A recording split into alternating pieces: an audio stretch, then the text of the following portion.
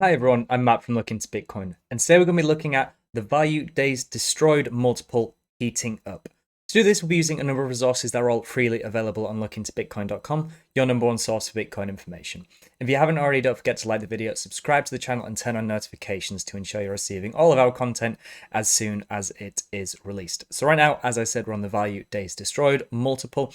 Now, if you weren't already aware, the value days destroyed multiple is building upon another metric we have, which is the coin days destroyed. So I think the best way to explain how coin days destroyed is calculated and then subsequently the value days destroyed multiple, we should really just simplify it, draw it out. So the best way to describe coin days destroyed is a way that we can gauge the velocity of money on the network. So it's really weighting coins that have been held for a more extended period of time, especially larger holdings of coins, so that when they are moved, it has a bigger influence on what the actual movements across the network are actually showing us. So for example, if we had one Bitcoin and it was held for 10 days before it was moved, it would then add 10 coin days destroyed to the network.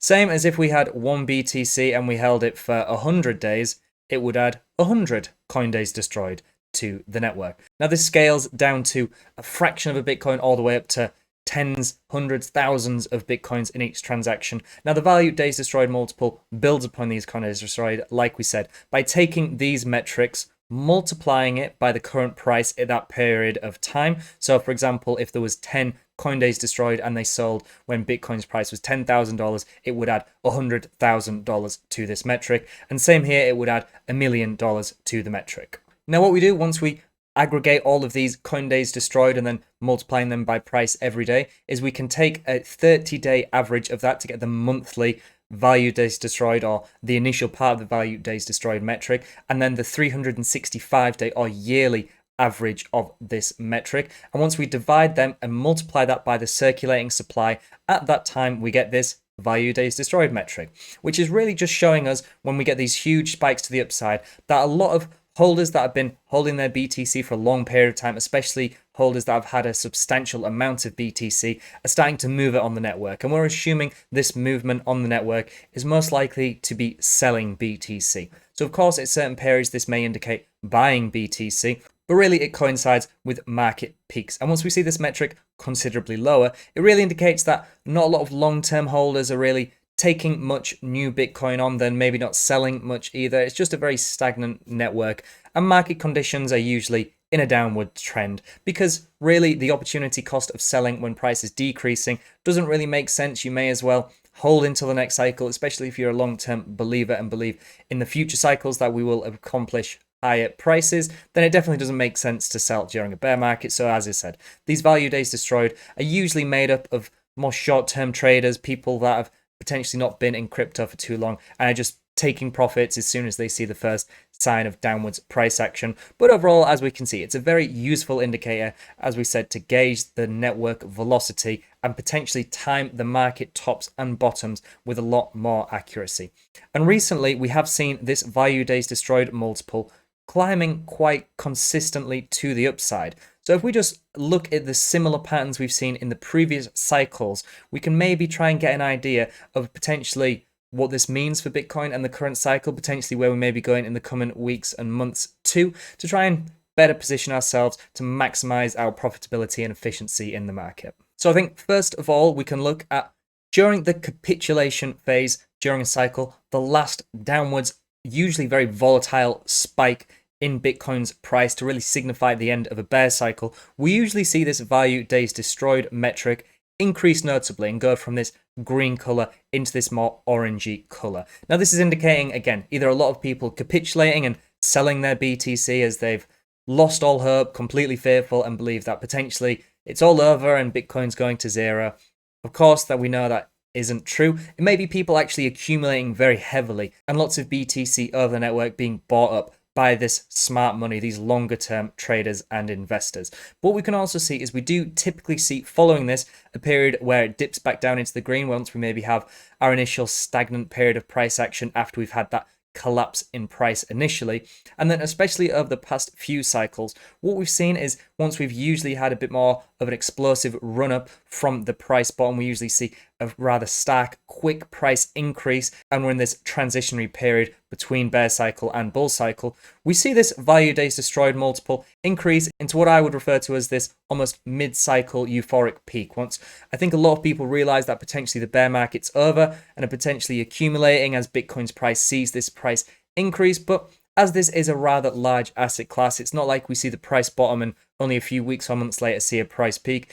These cycles take months, years to play out. So really, once we see this increase substantially like we have done in the previous cycles, we once again just see it decrease back into this green zone. Now this is usually coinciding with a rather stagnant period of price action. So here in 2015, 2016, it actually took around 10 months once we peaked on this value days destroyed metric before we regained that high we set.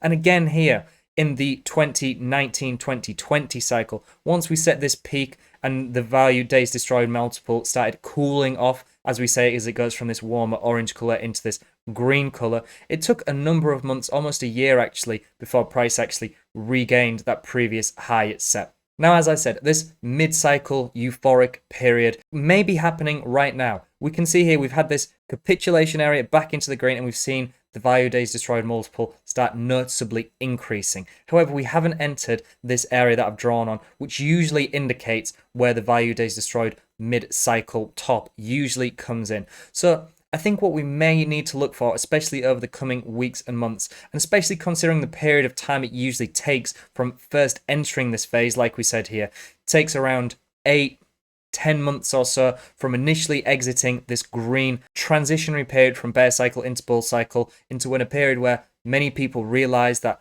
Bitcoin's price is increasing, we're potentially in a new bull market. Maybe it's people just looking to try and get out at the first sign of some upside price action. Maybe it's people accumulating very heavily. And right now, this has currently been going on for around 4 months. So a much shorter period of time compared to the previous cycles where we ran for the best part of a year. So we may still have a few more months of upside potential. But then after that, we do usually have a little bit of time where, as we said, there's a bit more of a stagnant price action. It usually takes a number of months to reclaim that local high we set when the value days destroyed peak. So I could maybe see us over the next few months, over summer, potentially continuing this uptrend before maybe prior to the halving event in early 2024, having a little bit more of a flat line in price action like we typically see, maybe even a little bit of downwards price action before really starting these really exponential run-up increases that really signify the latter stages of a bull cycle. So just to summarize, the value days destroyed multiple metric displays the comparison of short-term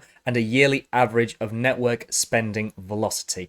It's using the coin days destroyed, multiplying it by the current price, and using a 30-day average of that, dividing that over a 365-day and multiplying that by the current circulating supply to get this metric. So in previous cycles, we have seen a very similar pattern in the value days destroyed with a capitulation spike where we see the value days destroyed go from that green color into that initial orange color, indicating we really have bottomed, the bear cycle is over, following by a more prolonged increase prior to the halving events. Like we said, we have the halving event coming in 2024, and in each of the previous cycles we looked at, both the 2016 and 2019 into 2020 cycle, they were both occurring just prior to or just around when the halving event took place. So I think both of these line up very nicely with what we're seeing with current Bitcoin price action, and I think if we are to follow a similar pattern, we're likely to see a few more months of positive increases in the VDD and price before a more stable or potentially even slightly decreasing period of price action leading to the halving event in early 2024. If you like this video, then please visit lookintobitcoin.com, where you can also consider becoming a site subscriber to gain access to live charts, in-depth newsletters, indicator alerts, private trading view scripts, and more, all for a fraction of the standard industry price. And let me know in the comments down below, are you watching the value days destroyed multiple currently? What other metrics on our site are you currently looking at that do you think are potentially signaling for a bit more upside in price action, or do you think we're likely to see a bit more of a price decrease before we really kick off the bull cycle? As I said, let me know both in the comments down below and on social media. I look forward to reading and replying to all of them. Thank you very much for watching, and I'll see you in the next one.